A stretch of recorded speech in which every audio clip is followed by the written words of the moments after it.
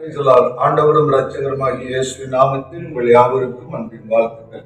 தேவனுடைய பெரிதான கிருபையினால் 8 மாதங்களை கடந்து 9ஆம் மாதத்திற்குள் அடியெடுத்து வைக்க கிருபை பாராட்டின ஆண்டவரும் இரட்சகருமாகிய தேவனுக்கு மகிமை உண்டாவதாக. 8 மாதங்களை தேவன் தாமே சிலுவை சுமந்த தோளில் நாம் எல்லாரையும் சுமந்து வந்தார், தாங்கி வந்தார், ஏந்தி வந்தார், நடத்தி வந்தார். அதற்காக நாம் எல்லாரும் தேவனுக்கு நன்றி சொல்ல கடமைப்பட்டிருக்கிறோம். தேவனுக்கே மகிமை உண்டாகட்டும். இருப்பினும் இந்த 9வது மாதத்தில் அடியெடுத்து வைத்திருக்கிற நமக்கு பரலோகத்தின் தேவனாகிய கர்த்தர் கொடுக்கிற ஒரு வாக்குத்தத்த வசனத்தை இயேசு என்ற திவ்ய நாமத்தில் அதை வாசித்து தேவன் தாமே அதை நமக்கு ஆசீர்வாதமாக்கி தரும்படி ஆண்டவரை நோக்கி ஜெபிக்க இருக்கிறோம். வாசிக்க கேட்போம். ஏசாயா தீர்க்க தரிசன புஸ்தகம் 41ஆம் அதிகாரம் 10ஆம் வசனம். ஏசாயா தீர்க்க தரிசன புஸ்தகம் 41ஆம் அதிகாரம் 10ஆம் வசனம்.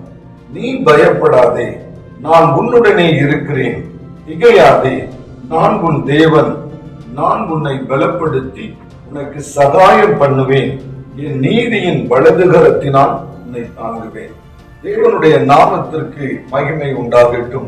பரலோகத்தின் தேவன் ஒரு மனிதனை ஆசீர்வதிக்கும் போது அவர் தாமே முதலாவது என்ன செய்கிறாரா? திகிரியப்படுத்துகிறார். அவன் சோர்ந்து போய், வாடி போய், துவண்டு போய், எதிர்பார்த்து ஏமாந்து போய் அவன் காத்திருக்கிறான். ஆகவேதான் கர்த்தருடைய வார்த்தையை தேவன் சொல்லுகிறார், நான் உன்னை பலப்படுத்தி உனக்கு சகாயம் பண்ணுவேன். ஆண்டவர் சகாயம் ஆசீர்வாதத்தை தரும் பொழுது ஒருவேளை அது நாம் இடத்தில் தங்குவதற்கும் தக்க வைப்பதற்கும் சூழ்நிலைகள் சாதகம் இல்லாமல் போகலாம். ஆகவேதான் முதலாவது தேவன் ஒரு மனிதனை பலப்படுத்துகிறார், அவனை ஸ்திரப்படுத்துகிறார், அவனை திடப்படுத்துகிறார், அவனை உருவாக்குகிறார். ஆகவேதான் நான் உன்னை பலப்படுத்தி உனக்கு சகாயம் பண்ணுவேன். இந்த 9வது மாதம் பரலோகத்தின் தேவனாகிய கர்த்தர் உங்களுக்கு சகாயம் செய்கிற மாதம். சந்தோஷமாயிருங்கள். உங்களை தைரியப்படுத்தி உங்களுக்கு சகாயம் செய்வதற்கு கர்த்தர் தாமே ஆவலாய் காத்திருக்கிறார், ஆசையோடு காத்திருக்கிறார். நிச்சயமாகவே ஆண்டவர் உங்களுக்கு அதை நிறைவேற்றுவார். தேவன் ஏன் ஒரு மனிதனை பலப்படுத்துகிறார்? கர்த்தருடைய வார்த்தை சொல்லுகிறது, சோர்ந்து போகிறவனுக்கு பலன் தருகிற தேவன்.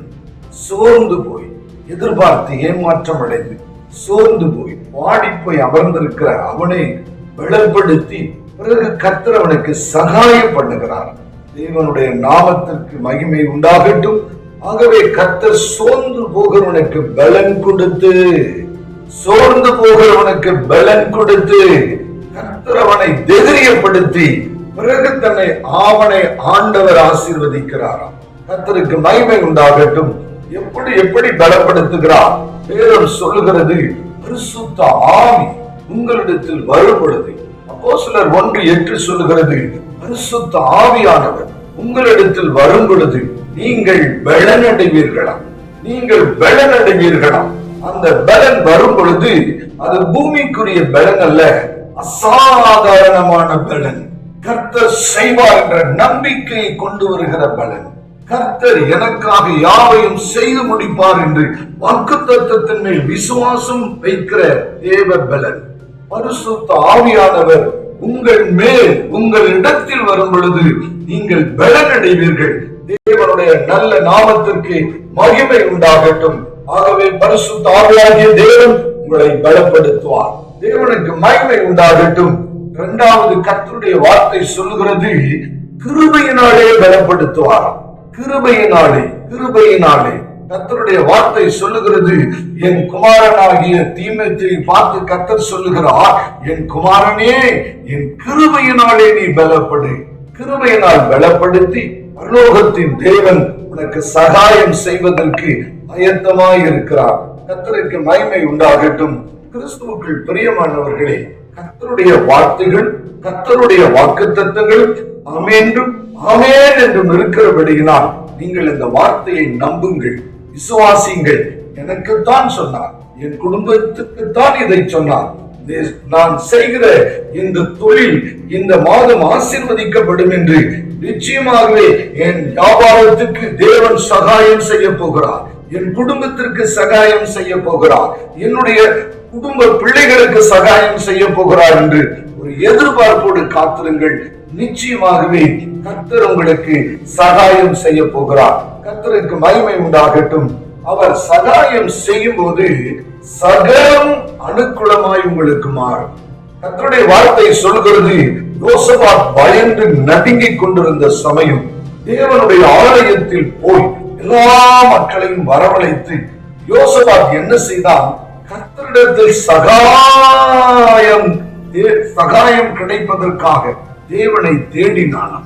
கடந்த 8 மாதங்களை பார்க்கணும், இந்த 9வது மாதம் கர்த்தரை நீங்கள் தேடுங்கள், கர்த்தரை பாடுங்கள், கர்த்தரை உயர்த்துங்கள்.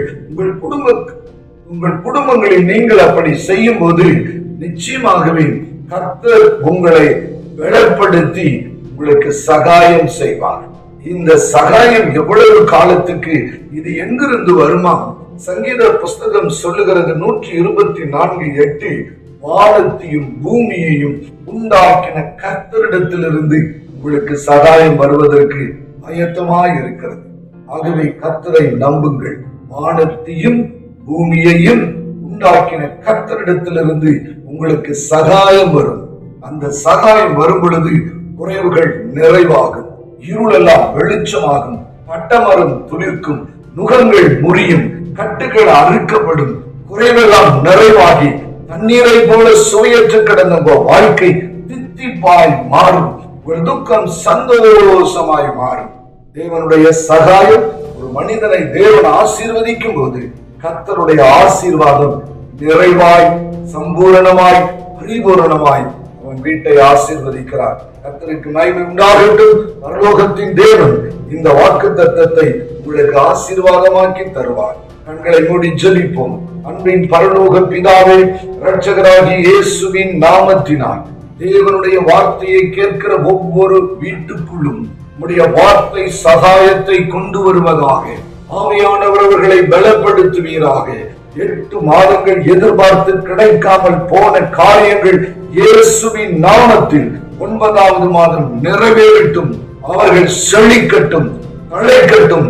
உம்முடைய நாம மகிமைக்காக இயேசுவின் நாமத்தினாலே அவர்கள் ஆசீர்வதிக்கப்பட்டு உம்முடைய வருகைக்கு ஆயத்தப்படுவார்களாக.